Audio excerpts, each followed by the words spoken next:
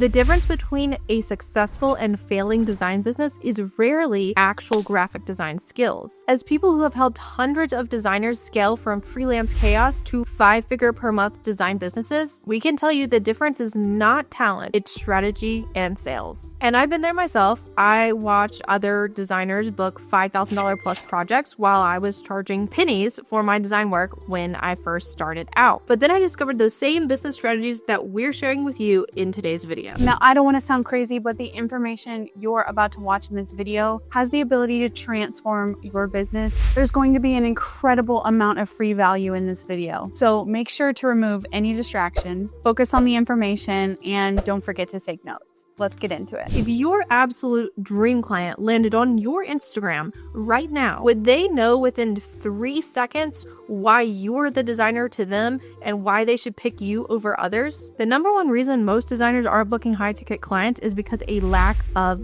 positioning. Instead of targeting dream clients, designers spend their time trying to target any and everyone that has a wallet. When you speak to everybody, you are for nobody. This is why in many of our videos, we talk about how important it is to pick a niche. And I don't just mean by industry. A niche can be determined by a variety of different things. It doesn't have to feel restrictive. You can niche by personality type, you can niche by industry, you can niche by income level, you can niche by design style. There are many different ways to differentiate yourself and speak to the people that you want to work with. When I was a new designer, I definitely didn't really know who my target audience was, but after I worked with a few different clients, I sat down and took a look at what I enjoyed the most, what clients I liked working with, what projects I liked doing. I was able to further define my niche by personality type. And now I actively work with female founders who are unapologetic, bold, and approach business the same way that I do. When you know who you're trying to target, you can speak their language. You can speak to their pain points, and it's a lot easier to position yourself as the ideal solution for your dream clients' problems. Whereas when you're trying to speak to everybody, you're going to blend into the sea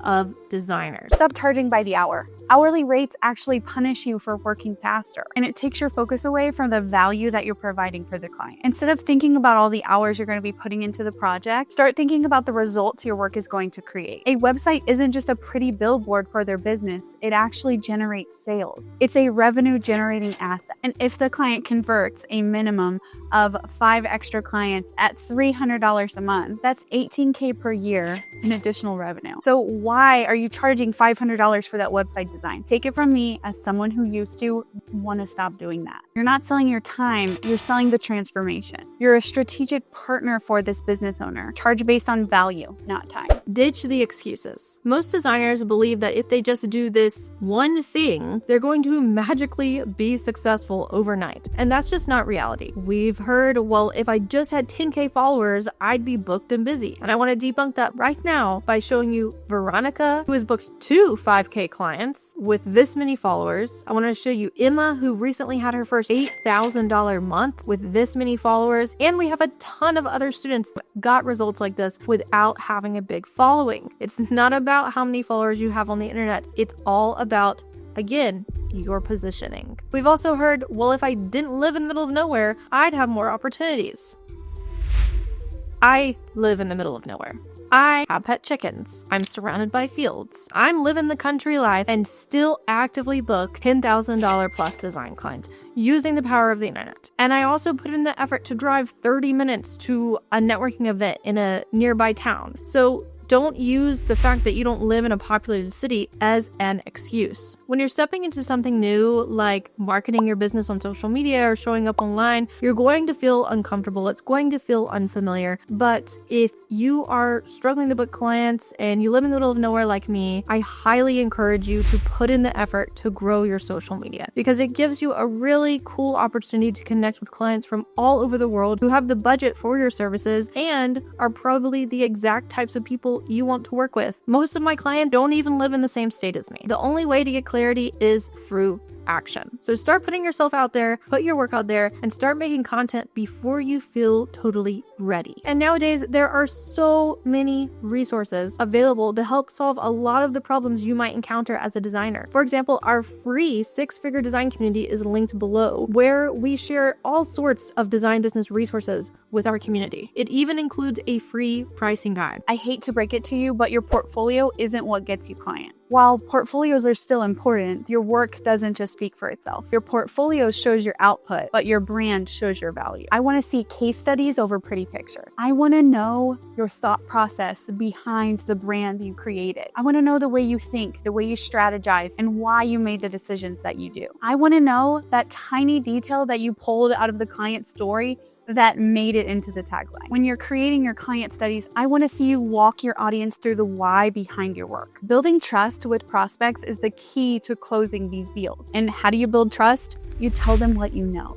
When people fall in love with you, they're more likely to trust your vision and pay premium prices. The client doesn't care about the fonts you picked or the colors that are on the screen. The client cares about you. Why should they work with you? They want to know what it's like, what you're like, and if you're a good, creative, strategic partner for them. They don't really care about what you've made before for somebody else. They care about how it affects them and their business. Design skills do not equal business skills. You can be insanely talented and still struggling to make ends meet. The key is understanding how to implement systems and properly leverage the business of design. So this might look like using a project management system instead of going back and forth through email or handing out your phone number to clients. This might look like automatic invoicing software that just sends out to your client every single month instead of you having to take the time to manually create something for them. And it most definitely includes having a clear, structured design process that you can effectively communicate to potential clients and pitch on client calls. And it's not just about booking more clients and having an elevated experience, it's also about setting more boundaries. You don't want to be on call 24/7 for your clients. And a lot of designers start out this way. They start out always being available to their clients, always doing extra revision at no additional charge, and they end up burning out and feeling like starting a design business was a bad idea. But this isn't the way that you have to run your design business, and boundaries will help prevent these things from happening. It creates a better experience for you, it creates a better experience for your clients, and overall makes you feel more like a legit professional. I mean, just think about it. If you hire a contractor, they're typically not going to be available for you 24/7. They're not going to offer additional work with no additional fees. And so as a designer, you should be approaching business the same exact way, even though you're creative. And all of these things brought together create a sustainable model that you can scale. In one of my other videos where I talk about my first 30K month, I mentioned that I went on a trip to Florida during that month. And the only way I was able to do that was because I have these systems and processes and boundaries in place with my clients. You want to make sure that you're attracting clients to you. Don't chase them. Attraction marketing is really amazing because the things that you put out are the things that you're going to receive. You attract these clients to you like magnets. Instead of sending cold pitch emails and trying to find work on Upwork, you can build your brand because these business owners don't have the same creative skill that you and I have. They need a creative, strategic partner that's going to help them get from point A to point B. They want to know about your creative eye. You need to show up where your dream clients are already scrolling and hanging out online rather than begging to be in their inbox. Build authority through your content by positioning yourself as the expert. Throw up a poll, ask them which they would purchase. This can be done on various platforms like LinkedIn, TikTok, and even Instagram, which is my favorite. Don't underestimate the value of in-person networking. It's my absolute favorite to connect with people in real time and talk to them about what they're struggling with in their business and help them kind of build that vision of what it could look like if we were to redo the brand. If you need help understanding the type of content you need to post to become a client magnet, then check out our video on attracting 5K design client through Instagram. Feel the fear and do it anyway. We say it a lot to our students. Confidence isn't a personality trait, it's a skill that you build. The first time I decided to start my own design business, I knew that meant I would have to do things that I was afraid of, like talking to a stranger on the phone, like going to a networking event. And I knew I was going to have to be uncomfortable in order to achieve the success that I wanted. And I was willing to go through that uncomfortability to get to where I'm at today. If you want to succeed, you have to overcome these common fears. And you most importantly have to overcome the fear of talking about money. Money mindset is something that a lot of designers struggle with, whether they know it or not.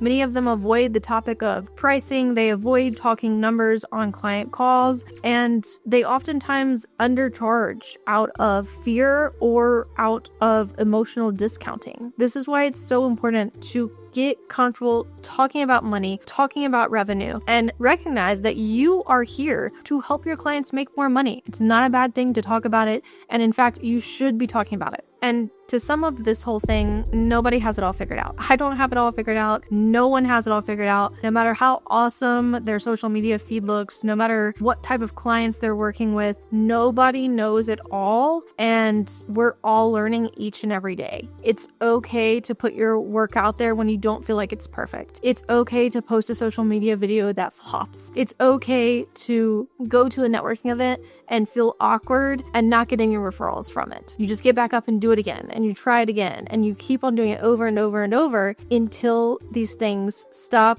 feeling so unfamiliar and you ease into being comfortable with them. That is how you grow as a business owner. That is how you grow as a person. I want you to act like an experienced professional. It's okay if you don't know the answer to something. You can always say, you know what, I don't know, but I'll find out and I'll get back to you. They're going to respect you so much more for that answer. I want you to know that you're never too new to act like a pro. I have seen designers who have 10, 15 years experience not be nearly as gifted at design as someone who is self-taught and has only been doing this for 6 months. Your amount of years and experience doesn't matter. You need to act like you're an experienced professional from day one, because eventually you will be. You need to start practicing that confidence now and have it feel a little shaky now, so that when you do 5, 6, 7 client discovery calls, it feels like nothing because you've already been doing this. You should get paid for your learning. If the client wants some cool new technique that you don't know how to do, price that proposal a little bit higher because you know that it's going to take a little bit extra time. Many designers work for the exposure and experience at the beginning of their journey, and that's just not how it needs to be anymore. You don't have to earn your time because you don't know how to do a specific thing in Illustrator. That's what the help forms are for. Being a professional starts the moment you start acting like one. It doesn't matter your amount of experience. The right clients who are looking for you will find you if you're putting yourself out there. Stop using your time in the industry as a benchmark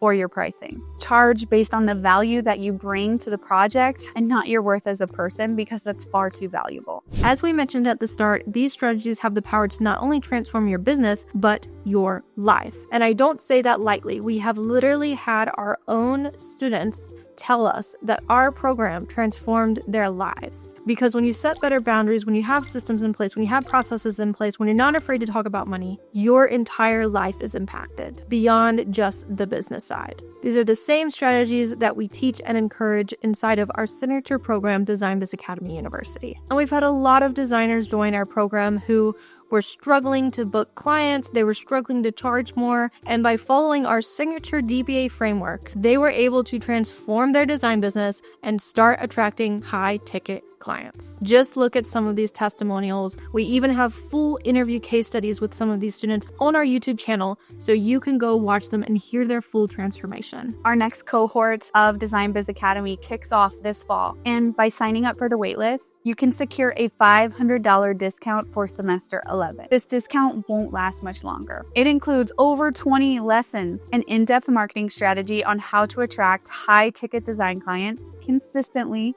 bi-weekly group coaching, and so much more. And finally, make sure to like and subscribe if you found this video helpful, and click here to watch our next video about what you should be posting to attract 5K design clients. See you in the next video.